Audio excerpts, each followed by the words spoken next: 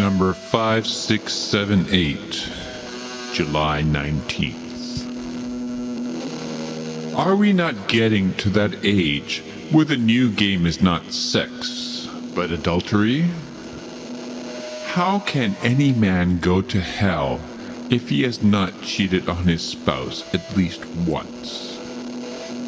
I look out the window and I grit my teeth and say my motto again to myself. LS Station. LS our Nate. LS our Nation. Ellen Alnas. Levi's Elvis lives. This is all I need to placate myself. I am unemployed at the moment, but it wasn't always so. I have drilled the earth for oil in the Black Sea. I have bandaged broken arms in the wars. I have assisted researchers in ways that I won't describe to anybody. I have been into rock and roll, movies, drugs, crimes and fighting, women and drinking. I can feel my body growing older. Every day it's another bone, another set of muscles, another friendly delinquency that I cannot perpetrate. Around me the sun is shining. I watch films that remind me how wonderful the world is. Yet when I go out, I cannot feel that wonder. I must be in the wrong place. Yet, when I go to the beautiful place, people look at me funny. I should live in Phoenix, a place that is at once desolate and also beautiful. I climb into a bus and try to strike up a conversation with the factory working woman next to me. This is the last thing that I need to do, but I try. She isn't stupid. She ignores me.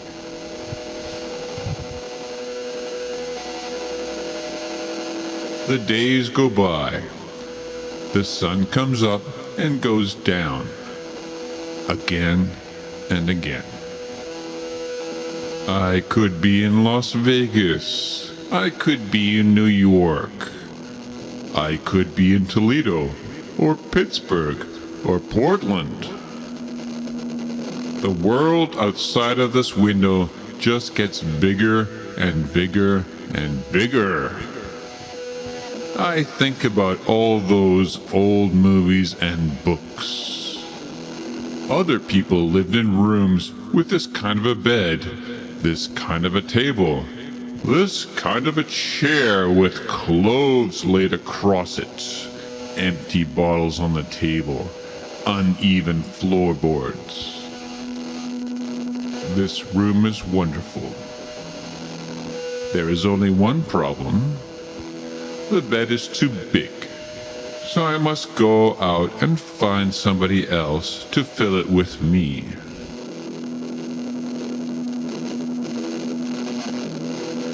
I think about that bed with two figures reclining on it. Then I wonder about those two people doing the most beautiful thing imaginable together on it, and how these two people can save the world with what they are doing. Is it important? Is it significant? Will it help anybody? I think myself into a corner. I cannot justify sex in any way. And then I repeat the words to myself. LS Station. LS I Nate. LS I Nation. Ellen Alnas. Levi's Elvis lives. Something draws me out the door. I walk down the dismal street that is some kind of a main drag in this town. There are people all over the place. I check a few of them out. Salty, slimy types. Hard, unflinching, looking at me like I wasn't anything. This is too bad. Many people here don't look like they enjoy their lives. I guess I look the same way. The streets aren't too clean, but they aren't filthy either. Maybe the people on the street are custom built to inhabit this street. It all makes sense if you look at it that way. It sure is funny.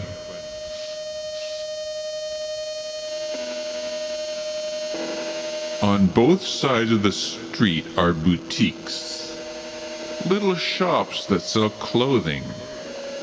I wonder if anybody is going to buy any of that clothing. What happens to the stuff they don't sell?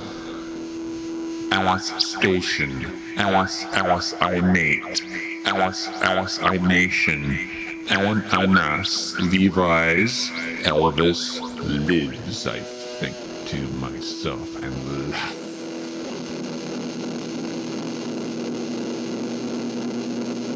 I see the ladies who work in these stores. I think about the bad attitude that I have about them. The ideas I had that they're probably not so clever if they're working in jobs like this.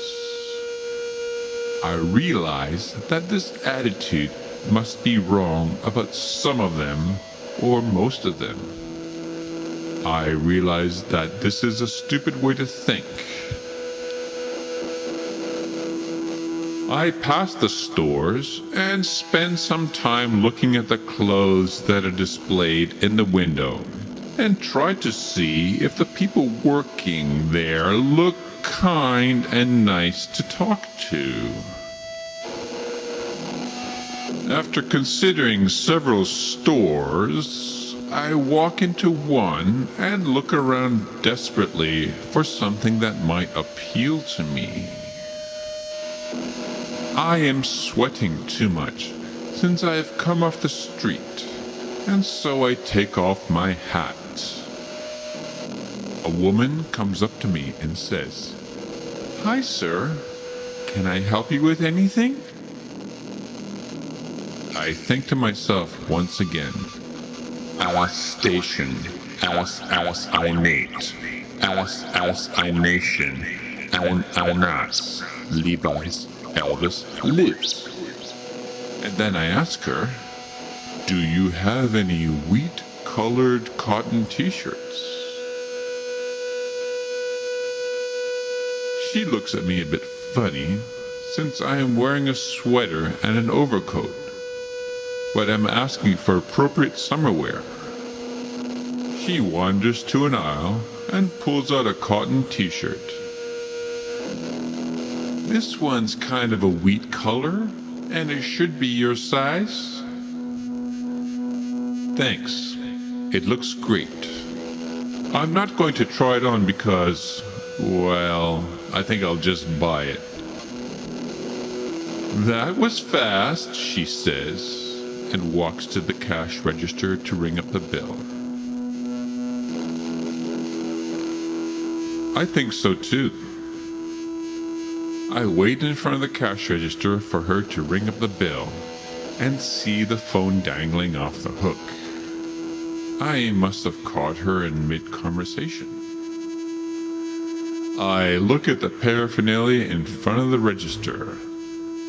Think to myself, Alice Station, Alice I Nate, Alice I Nation, Ellen Anas, Levi's, Elvis lives, and say, "Can I ask you something?"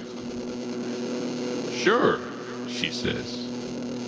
"What do you do with the clothes you don't sell?" We either give them back to the company we got them from, she says, or we give them to charity, I think. Can I ask you something else? I ask. Sure, she says again, laughing. What are you doing after work today? She thinks about it for a second and says to me, Awas Station, Awas Inate, Awas Nation, Awan Anas, Levi's, Elvis lives.